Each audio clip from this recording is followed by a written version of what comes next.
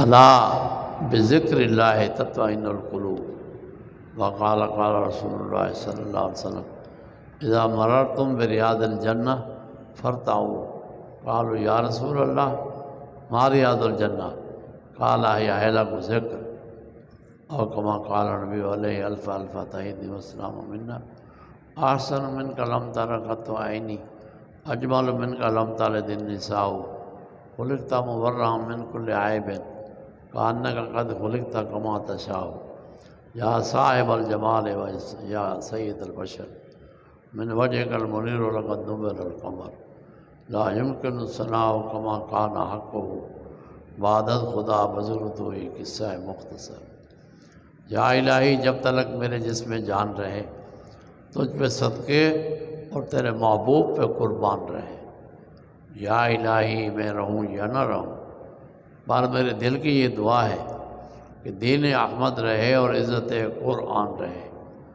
محترم سامعین، معزز حاضرین، چند آیتیں تو قرآن پاک سے پڑھی ہیں اور حدیث شریف میں سے بھی ایک حدیث پیش کی ہے۔ آیت میں اللہ پاک فرماتے ہیں بتا دیجئے ان کو علم والے اور بے علم برابر نہیں ہوتے، یعنی خود اللہ تعالیٰ نے علم والوں کو الگ مقام دیا، بے علم کو الگ مقام دیا۔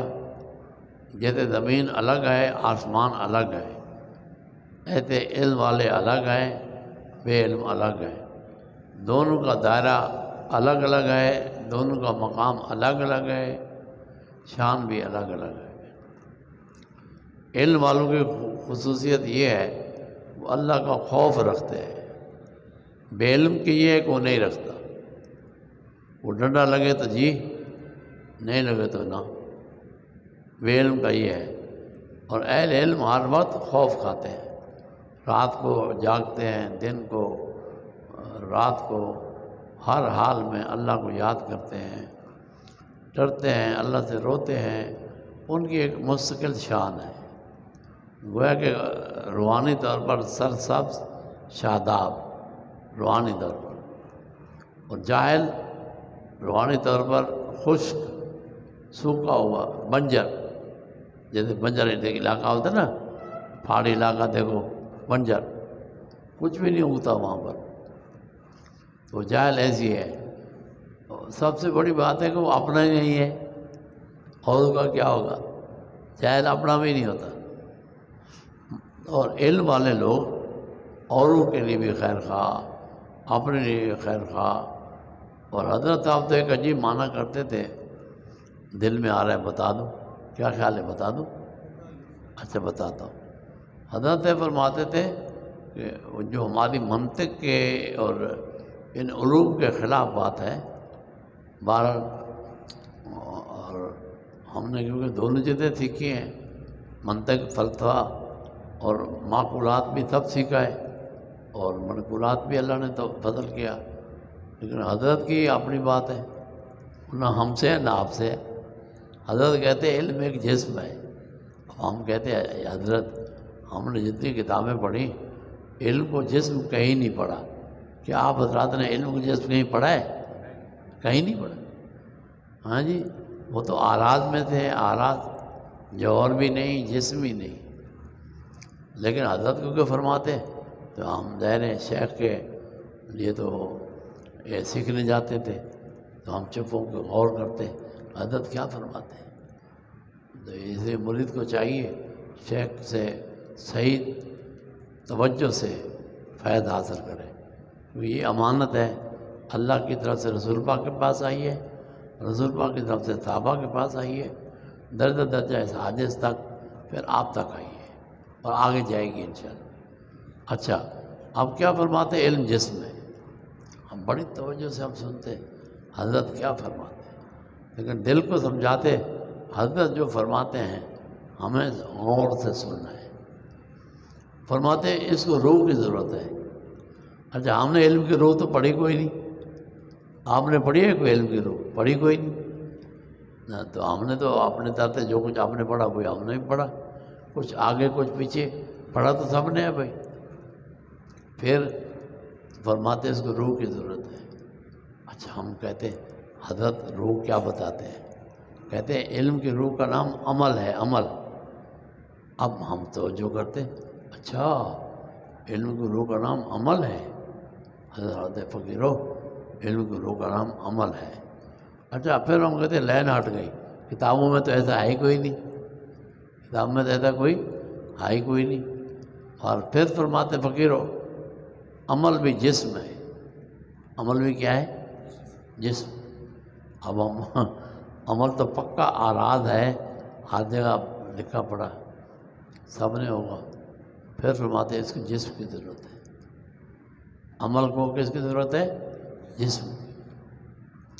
ہم سوچتے ہیں لیکن دل کو سمجھایا ہوا تھا، شیخ تو شیخ ہوتا ہے، استاذ تو استاذ ہوتا ہے، ماں باپ تو ماں باپ ہوتے ہیں۔ یہ درجے جو اللہ نے بنائے ہیں آخر ان کی شان ہے۔ اسی طرح فقہا، مجتہدین، علماء، میرے خیال میں مفتی حضرات نے صبح وعدہ کیا تھا ہم سب آئیں گے، تو اس لیے میں گفتگو کو تھوڑا معنی علمی کے ساتھ کر رہا ہوں تاکہ ان کو بھی فائدہ ہو اور علم بھی اضافہ ہو۔ پھر اس میں فرماتے ہیں کہ اس کی روح کا نام اخلاص ہے۔ عمل کی روح کا نام کیا ہے بھائی؟ عمل کی روح کا نام یاد کرنا، کیا نام ہے؟ اخلاص۔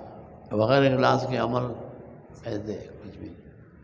چونا مارنا جتنے جگہ کہتے ہیں نا چونا مارو، دوسرے کہتے ہیں چونا نہیں مارو، یہاں ڈسٹمبر لگاؤ، یہ کہتے ہیں نہیں ڈسٹمبر نہیں لگاؤ، کیا لگائیں؟ ایل پینٹ، چادر شیٹ، پتہ نہیں کیا کیا نام آ گئے۔ اچھا ہاں صحیح کام کرو۔ تو خیر تو وہ کہتے ہیں اخلاص بھی جسم ہے۔ کیا فرماتے؟ اخلاص بھی جسم ہے۔ اب ہم کہتے یا اللہ حضرت کہاں ہم کہاں، پھر اپنے آپ کو تابع بناتے، دل کو سمجھاتے، جو حضرت کہیں اس کو غور سے سنو۔ کیا پتہ ہے علم تو علم ہوتا ہے، کیونکہ حضرت کو علم لدنی تھا، اللہ نے ان کے دل میں ڈالا ہوا تھا۔ اور شیخ کی دعا تھی، ان کے شیخ نے ان کو دعا دی تھی اللہ آپ کو علم لدنی دے گا، تو شیخ کی دعا بھی بڑی چیز ہوتی ہے، تو انہوں نے دعا دی تھی۔ خیر وہ تو کچھ نہ کچھ ہم کو علم تھا۔ پھر فرماتے تھے کہ اخلاص کی روح اس کا نام ہے اللہ کی رضا۔ کیا نام ہے؟ اخلاص کی روح کا کیا نام ہے؟ اللہ کی رضا۔ اچھا اب یہ ہمارے لیے نئی چیز تو تھی، شاید آپ کے لیے بھی نئی ہو۔ تو پھر کہتے فقیرو اللہ کی رضا بھی جسم ہے۔ اللہ کی رضا کیا ہے؟ اس کو روح چاہیے۔ کیا چاہیے اس کو؟ روح چاہیے۔ اب ہم کہتے اللہ کی رضا کی روح کیا ہوگی؟ اللہ رضا کی روح کا کیا نام ہوگا؟ حضرت فرماتے فقیرو اللہ کی روح کا نام ہے خوف خدا۔ کیا نام ہے؟ خوف خدا۔ یہ ایسی روح ہے اگر یہ آ جاوے سب اعمال میں روح آ جاتی ہے، یہ نکل جاوے تو سب سے نکل جاتی ہے۔ ایسی روح ہے، طاقتور بھی بہت ہے، آئے اخلاص میں اللہ کی رضا آ جائے گی، اور عمل میں اخلاص آ جائے گا، علم میں عمل آ جائے گا، اور یہ سب کچھ صحیح ہو جائے گا۔ اچھا اب ہم کہتے ہیں یہ کون سی کتاب میں ہے؟ دل میں کیا آتا ہے؟ مولوی لوگ تو خاص طور، طالب علم تو خاص طور، کون سی کتاب میں ہے؟ کہاں آیا ہے؟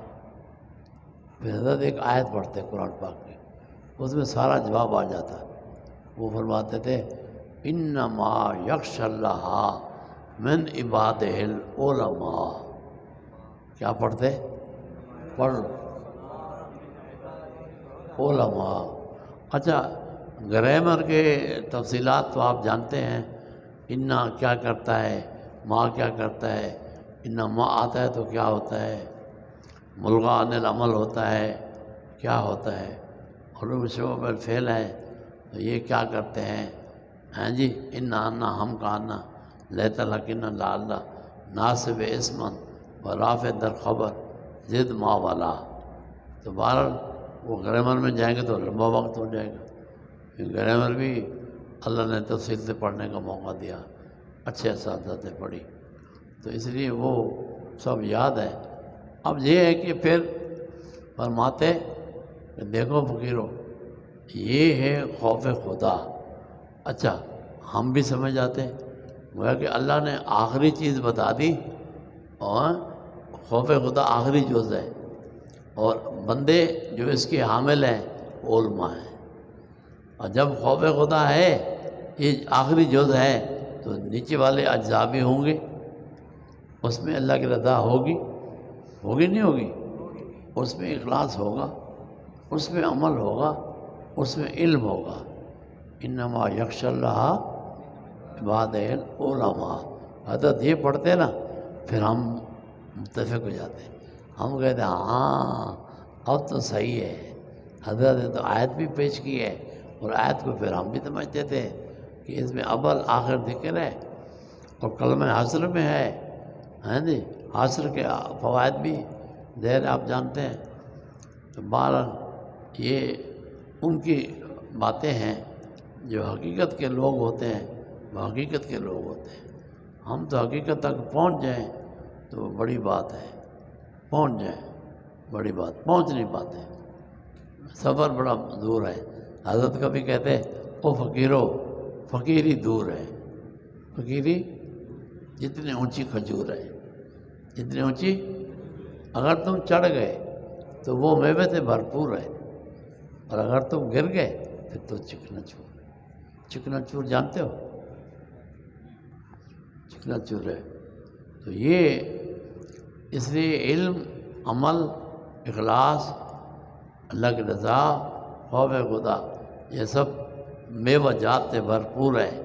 جس کو مل گئے وہ مالا مال ہو گئے، اور جو نہیں پا سکا پھر وہ گیا۔ ایک تو یہ بات۔ دوسری بات دل میں یہ آ رہی ہے، کہو تو بتا دوں، پہلے پوچھتا ہوں بھائی، اجازت ہو تو بتا دیں کہ شیخ کے کیا آداب ہیں، اور شیخ کے آداب تو کتابیں لکھی ہوئی ہیں۔ آداب شیخ پر حضرت نے کتاب لکھی ہے، مولانا زکریا صاحب نے، ہم کو پڑھنی چاہیے۔ اس لیے کہ حضرت تھانوی صاحب نے بھی بڑا کام کیا ہے، ہم کو پڑھنا چاہیے۔ موٹی بات یہ ہے جو حضرت یا علماء سے، علماء دیوبند سے میں نے لی ہیں، اس لیے وہ آپ کو عرض کرتا ہوں کہ 5 باتیں مرید کے ذمے ہیں، یا 5 حقوق ہیں۔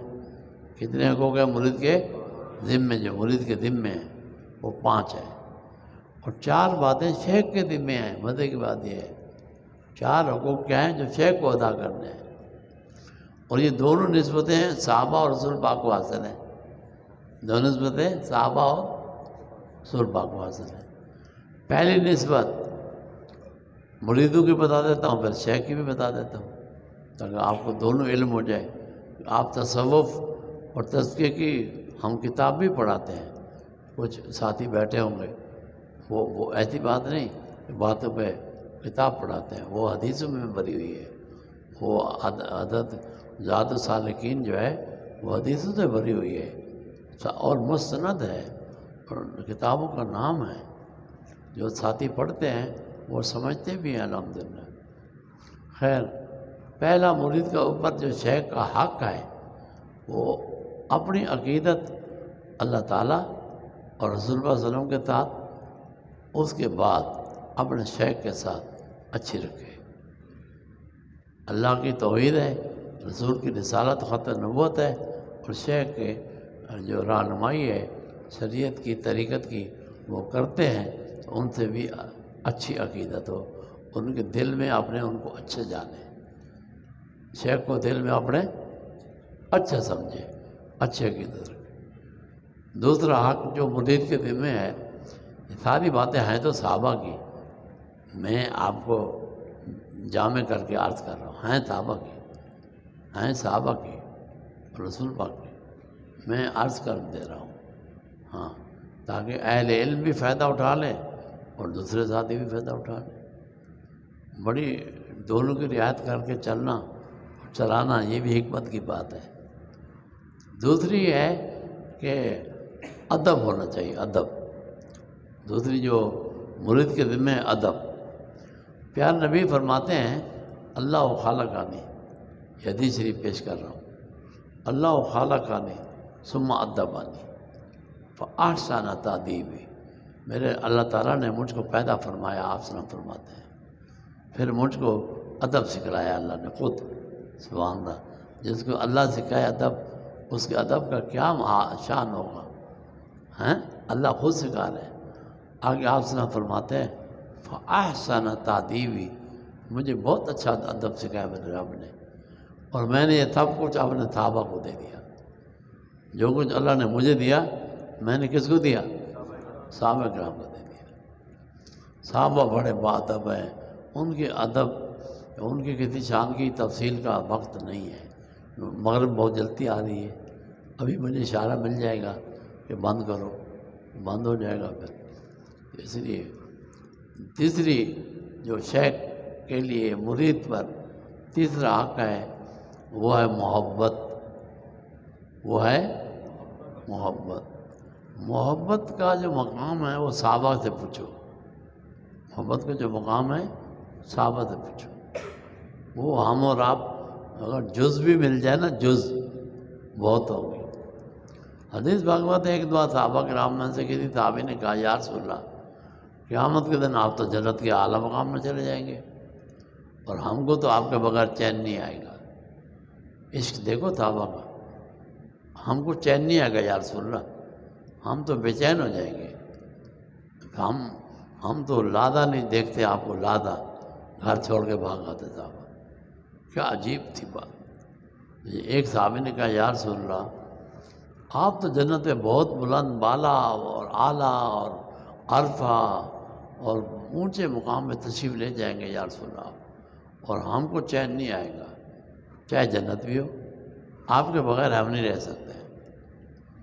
تو بڑے پریشان۔ اچھا، ایک اور صحابی کا بھی سوال ہے، دونوں کو ملا دیتے ہیں تاکہ، اس نے کہا قیامت کب آئے گی؟ اس نے کہا کب آئے گی؟ یہ صحابی کا سوال ہے رسول پاک سے۔ اب میں جو جواب دوں گا دونوں باتیں شامل ہیں اس میں۔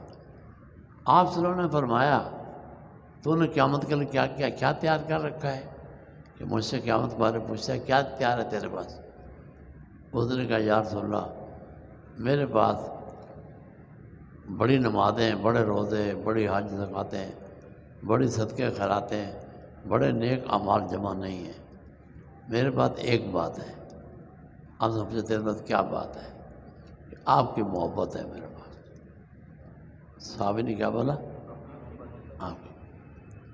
میں اس لیے بے چین ہوں کہ میں آپ کے بغیر رہ نہیں سکتا، قرب سے بھاگتا ہوں، آپ کی زیارت کرتا ہوں، سکون پاتا ہوں، اور کہیں بھی ہوتا ہوں جیسے آپ کا دھیان دل میں آتا ہے اس کو وہیں چھوڑ کے بھاگتا ہوں، آپ کی زیارت ہوتی ہے، سکون آتا ہے۔ میں یہ پریشان ہوں تو پھر کیا بنے گا ہمارا؟ یہاں تو چلو ہم آ جاتے ہیں، ملاقاتیں بھی ہو جاتی ہیں، باتیں سب کچھ ہو جاتا ہے جو تو ہوتا ہے، تو وہاں کیا ہوگا؟ قیامت تو قیامت، اللہ بچائے۔ تو آج دیکھا صحابی کا چہرہ بہت پریشان ہے۔ شیخ اور مرید کو دونوں کو رشتہ ہوتا ہے، شیخ کو بھی پتہ چلتا ہے، اور جو مخلص مرید ہوتا ہے نا اس کی پتہ چلتا ہے کہ شیخ کیوں پریشان ہے۔ خیر، تو آپ نے فرمایا جس کے ساتھ تمہیں محبت ہے اس کے ساتھ تم رہو گے۔ حدیث میں آتا ہے صحابہ کی عید ہو گئی۔ کیا ہوگی؟ صحابہ کی عید ہو گئی، اتنے خوش صحابہ کا، بس اب مسئلہ حل ہو گیا، اب ہم رسول پاک کے ساتھ ہی رہیں گے۔ تیسری چیز ہے محبت۔ محبت کی تفصیلات ہیں بہت، تفصیلات میں نے پہلے کہہ دیا، کسی چیز کی بیان نہیں کر سکتا۔ محبت کی دو قسمیں ہیں بنیادی طور پر، محبت عقلی، محبت طبعی۔ پھر ان کی اقسام ہیں، طبعی کی قسمیں کتنی ہیں، عقلی کی کتنی ہیں، سب کی تفصیلات ہیں۔ میں نے پہلے کہہ دیا وہ نہیں ہو سکتی، نام مل جائے بڑی بات ہے۔ تین ہو گئی۔ مرید کے حقوق صحابہ نے جو ادا کیے ہیں، کتنے حق بیان کیے میں نے؟ کون کون تھے؟ نمبر ایک عقیدت، نمبر دو ادب، نمبر 3 محبت، اور نمبر 4 اطاعت۔ نمبر 4 کیا ہے؟ اطاعت۔ جو کہہ دے عمل ہو، وہ صحابہ نے حق ادا کیا اطاعت کا، حق ادا کیا اطاعت اللہ اطاعت رسول کا صحابہ کرام نے، یا نہیں ادا کیا؟ بتاؤ۔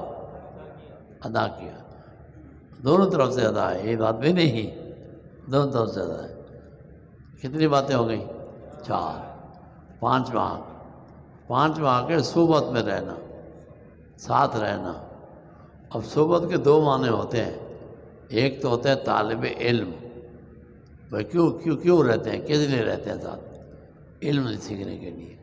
کیوں ساتھ رہتے ہیں؟ علم۔ اس لیے ایک سیدھا صحبت بھی کہتے ہیں، تابعی بھی کہتے ہیں، اور ایک دوسرا معنی طالب علم۔ طالب علم سے مراد صحابہ ہوتے ہیں، صحابہ سے مراد طالب علم ہوتے ہیں، ہم سمجھ گئے نا؟ لیکن وہ صحابہ کا ایک شرط خاص ہے جو آج کل نہیں ہے، اس لیے ان کو صحابہ کہتے ہیں۔ وہ ایمان کے ساتھ جو صحابہ کا مقام ہے نا، وہ کسی کو حاصل ہی نہیں ہے، وہ صحابہ کے مقام کو کوئی پہنچ بھی نہیں سکتا، اتنا اونچا ہے، پہنچ بھی نہیں سکتا۔ کتنے حقوق ہو گئے؟ 5۔ 4 شیخ کے ذمے ہیں، 4۔ نمبر 1 شیخ کی ذمہ داری میں پہلا حق یہ ہے کہ مریدین کے ایمان کی حفاظت کرے۔ پہلا حق کیا ہے جو شیخ کی ذمہ داری بتا رہا ہوں؟ ایمان کی حفاظت کرے۔ یہ اصل میں ایمان کا محافظ ہوتا ہے شیخ، اپنے مریدین کا یا خواتین بھی، حدیث میں دونوں کی بیعت ہے، تو ان کے بھی ایمان کا محافظ ہوتا ہے۔ اتنے خواتین کو بیعت کرنا بھی ضروری ہے، آدمی کی ساتھ خواتین کی۔ ہم سب نے، ہماری خواتین نے حضرت سے بیعت کی ہوئی ہے۔ خیر، تو وہ یہ ہے کہ ان کے ایمان کا حفاظت کرنے والا یہ شیخ کی ذمہ داری میں پہلا حق جو اللہ رسول کی طرف سے ہے کیا ہے؟ ایمان کی حفاظت کرے۔ مریدین مریدات جو بھی ہوں اس سے وابستہ، ان کا ایمان بچائے۔